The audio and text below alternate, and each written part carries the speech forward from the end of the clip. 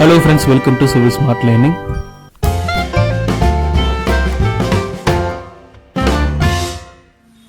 இன்னைக்கு கன்ஸ்ட்ரக்ஷன் டிப்ஸில் எதை பற்றி பார்க்க போகிறோன்னா, ரூஃப் கான்க்ரீட் போடுறதுக்கு முன்னாடி கவனிக்க வேண்டிய முக்கியமான விஷயம் முக்கியமாக என்னென்ன செக் பண்ணணும் அதை பற்றி தான் இன்றைக்கி வீடியோவில் பார்க்க போகிறோம்.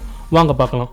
இந்த ரூஃப் கான்க்ரீட் ரூஃப் ஸ்லாப் போடுறதுக்கு முன்னாடி செக் பண்ண வேண்டியது என்னன்னு பார்த்தோம்னா, இந்த காலம் பொசிஷன், காலமோட அலைன்மெண்ட்லாம் கரெக்டாக இருக்கா, அதோட டிஸ்டன்ஸ் கரெக்டாக இருக்கான்னு செக் பண்ணணும். இது ஒரு முக்கியமான செக் பண்ண வேண்டியது ஒன்று.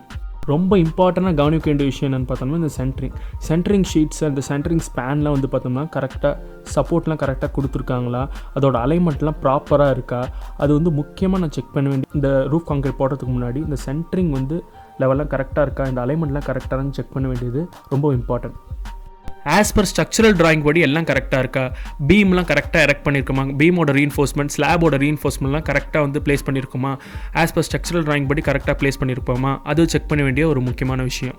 இன்னொன்று, இந்த ஆஸ் பர் எலக்ட்ரிக்கல் டிராயிங் படி பார்த்தோம்னா எலக்ட்ரிக்கல் பைப்லைன்ஸ்லாம் கரெக்டாக அந்தந்த இடத்துல ப்ளேஸ் பண்ணியிருக்கணும்னு பார்க்கணும். அது இந்த ஸ்லாப் ரீஎன்ஃபோர்ஸ்மெண்ட்லாம் ப்ராப்பர் ஸ்பேசிங்கில் இருக்கா, ப்ராப்பர் கவர் விட்டுருக்காங்களான்னு பார்க்க வேண்டியது ரொம்ப முக்கியமான ஒன்று.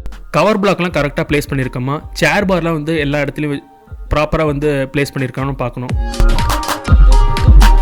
ஆல்ரெடி பார்த்தோன்னா கன்ஸ்ட்ரக்ஷன் டிப்ஸ் ரிலேட்டடாக வீடியோ போஸ்ட் பண்ணியிருக்கேன். அதை பார்க்காதவங்க டிஸ்கிரிப்ஷனில் லிங்க் தந்திருக்கேன், மறக்காமல் போய் பாருங்கள், ரொம்ப யூஸ்ஃபுல்லாக இருக்கும்.